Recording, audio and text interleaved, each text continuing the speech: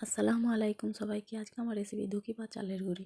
ধুকি বানানোর জন্য এখানে আমরা চালের আটা নিয়ে নিয়েছি, পরিমাণ মতো লবণ দিয়ে নিলাম। এবার এই আটাটিকে ভালোভাবে মেখে নিতে হবে। তো ধুকি বানানোর জন্য আমরা শুকনো চালের আটা যদি ইউজ করি তাহলে হবে না। মাথায় রাখতে হবে এই চালটি ভিজিয়ে যে আটাটা তৈরি করা হয় সেই আটা এখানে প্রয়োজন।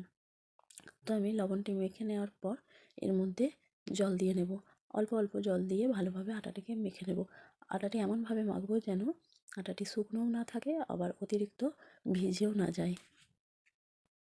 ধুকি বানানো খুবই সহজ, আপনারাও ঘরে বানাতে পারবেন খুবই সহজে। শুধু আটাটিকে ভালোভাবে মেখে নেওয়া প্রয়োজন।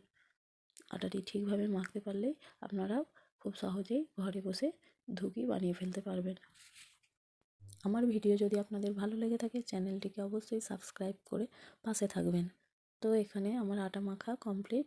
তো এবার এই আটাটিকে ভালোভাবে আমাদের চালুনিতে চেলে নিতে হবে। চালুনিতে চেলে নেওয়া খুবই প্রয়োজন, কারণ আটার মধ্যে শক্ত শক্ত বল তৈরি হয়ে যায়, যে বলটা ধুকির মধ্যে হলে ধুকিটিকে খেতে খুবই খারাপ লাগে।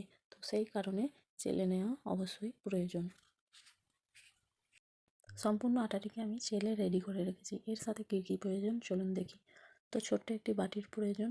এখানে গুড়ের পাটালিকে আমি ভেঙে রেখেছি। একটা পাত্রে জল নিয়েছি, ছোট্ট কাপড়ের টুকরোটাকে ভিজিয়ে নিলাম।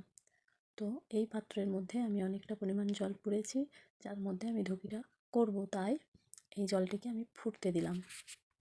বাটির মধ্যে কিছুটা আটা দিয়ে নেব। বাটির মধ্যে কিছুটা আটা দিয়ে নেওয়ার পর বাটির মিডিল অংশে আমরা জায়গা করে নিয়ে খেজুর গুড়ের পাটালিটি ওর মধ্যে দিয়ে দেব।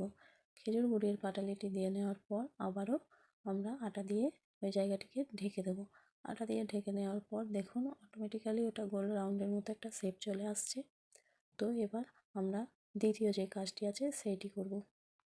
আমাদের দ্বিতীয় কাজ হলো জলের মধ্যে থাকা কাপড়ের টুকরোটিকে তুলে নিয়ে ওর মধ্যে থেকে জলটিকে বার করে দিয়ে ওই কাপড় দিয়ে ধুকির বাটিটিকে ভালোভাবে ঢেকে নেওয়া। দেখুন আমি কিভাবে করছি, তা আপনাদেরকে বলে দিই, যতবার আপনারা ধুকি দেবেন কলসির মধ্যে তখনই এই প্রসেসটা আপনাদেরকে করতে হবে।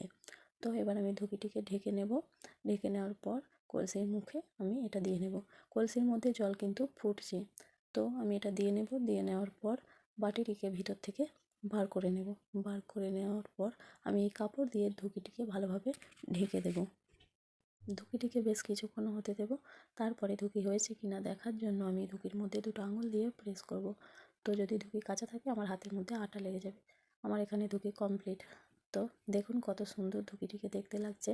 তো এখানে গুড়ের পরিমাণ বেশি থাকায় ধুকিগুলো একটু ফেটে আছে।